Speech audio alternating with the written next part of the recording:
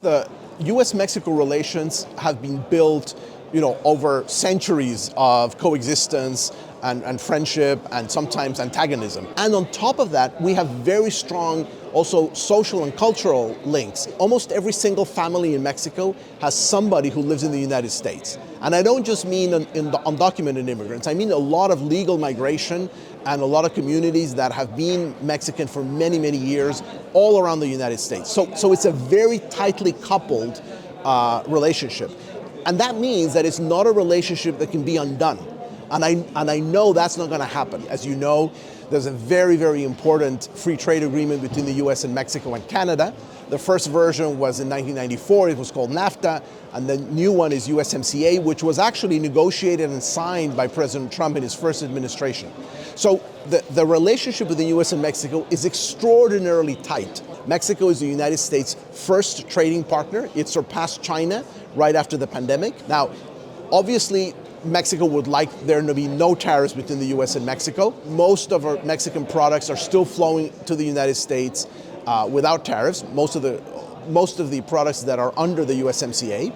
But we still have 25% tariffs on the remnant. So basically about half of Mexican exports don't fall within the USMCA rules, and we have 25% tariffs on that. Now that's a very, very high tariff rate, because in the past, the average tariff rate for the United States for Mexican products was around 3%. This is almost 10 times as much, right, as we had before. So that's a serious thing that I think the governments need to work together on to try and get rid of that and try and go back to a situation where we have freer trade, because the economies are extraordinarily intertwined. Let me give you an example of cars. The typical automobile that is manufactured in North America goes across the border 7 times before it is sold in the United States.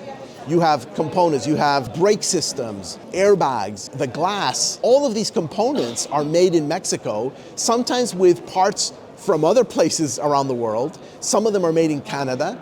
They go back and forth between the 3 borders, and then finally they make it into a car that is sold to the US consumer. And that's something that I think we all need to understand.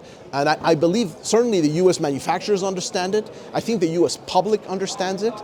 And I think the US administration is starting to understand that you can't break that up. And so the impact of having tariffs on top of those, on the costs of the prices of those goods, directly affects factories downstream on the next stage of the supply chain, and also consumers. We've already seen how the imposition of tariffs has meant that certain companies have stopped shipping some of their vehicles to the United States because they don't want to pay the tariffs. And the US consumer does not want to have to pay 25 or 30 or more % additional on their vehicles. And this is just to talk about vehicles, but we have the same thing in agriculture, in avocados, in tomatoes, in lots of other areas of the US economy that is very reliant on Mexican imports. In the last few weeks, we've seen how both the US administration and the Mexican administration have been working together. They've been negotiating, they've been talking to each other